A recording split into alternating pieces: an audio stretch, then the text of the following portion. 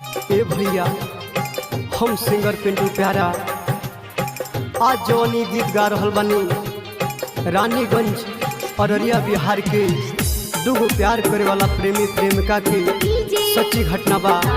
छोटू और आरती के साथ जवन घटना घटल बा वही घटना पर ई गीत निर्धारित बाटे।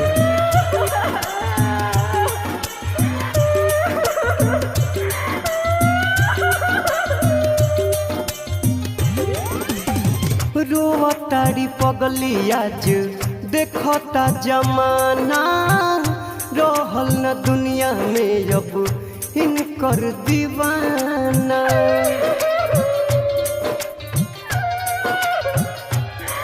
हाँ मार के मुआई दिहलस भाई बापू जी जा, काहे के बुरा कैलस इनकर नतीजा। बोलत नहीं बाड़े चुपचाप पटाइल बड़े, बोलत नहीं बाड़े चुपचाप पटाइल बड़े। इनके जान आज खुनवे से रंगाइल बड़े, इनके बाबू आज धरती पर लेटाइल बड़े।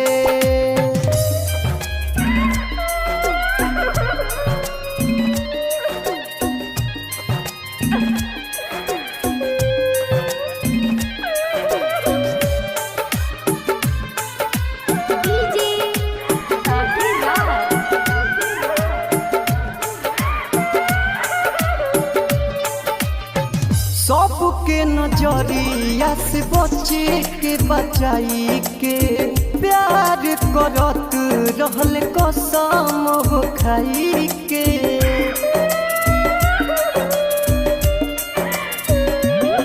मारी मारी मुआई दिहले अपने ही लोग धोखा कैले। अखिया बालो राइल मोर झाइल बड़, अखिया बालो राइल मोर झाइल बड़े।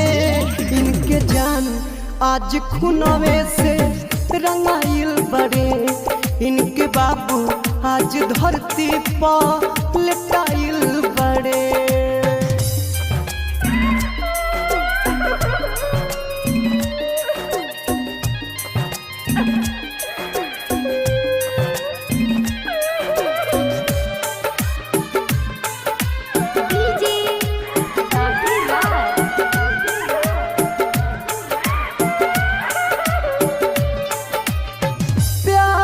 के दुश्मन समझ नहीं पहिले, बिजली के तार में इनके सटैले।